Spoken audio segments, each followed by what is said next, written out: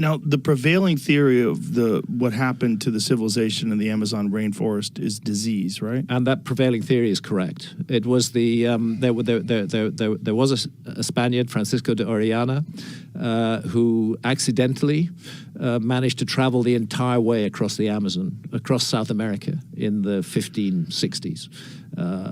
I say accidentally because he was with 20 other guys. They were in a boat and they were going hunting. But they put the boat on the Amazon River, and the Amazon River wouldn't let them come back. It carried them, kept on carrying them west and west and west. And finally they started off in Colombia, and finally they ended up on the Atlantic coast of South America. Well, on the way through, they observed enormous cities. They observed evidence of high civilizations of the Amazon. He reported it, but he was disbelieved.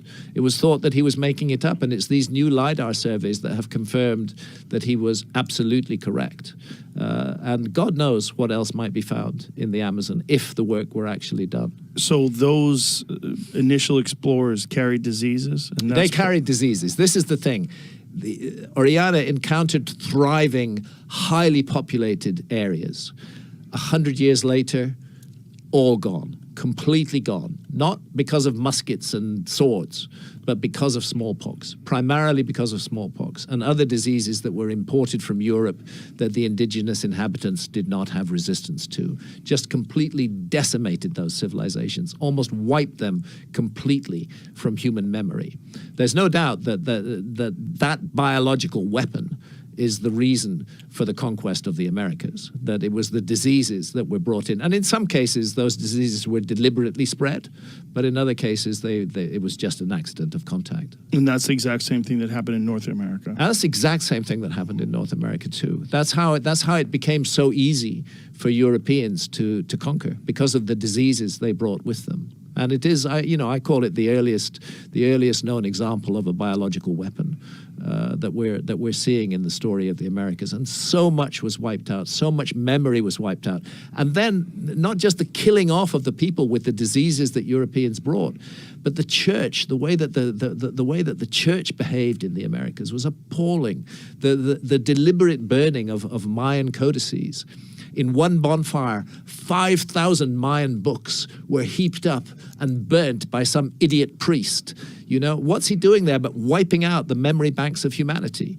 What would we have found in those manuscripts if we'd been able to find them today, if they hadn't been burnt by some religious fanatic who was convinced that his ideas were the only right ideas and everybody else was wrong? Christianity is responsible for a great deal of harm in this world, and it's time Christians sucked it up and got to grips with that instead of regarding themselves as a paragons of virtue, because Christianity has done horrific things down through the ages.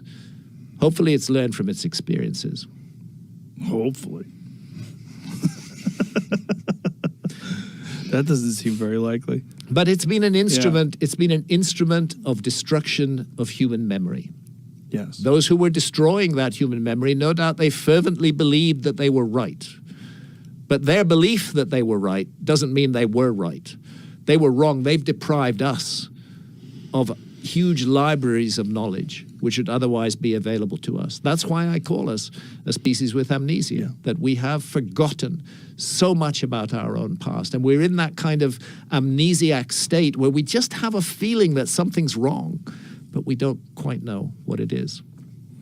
It's one of the more fascinating aspects of being a person today is that we have so much access to information, and that we can find out about these things now that, if you tried to bring these ideas forth in the 1970s, they'd be easily dismissed. Yeah.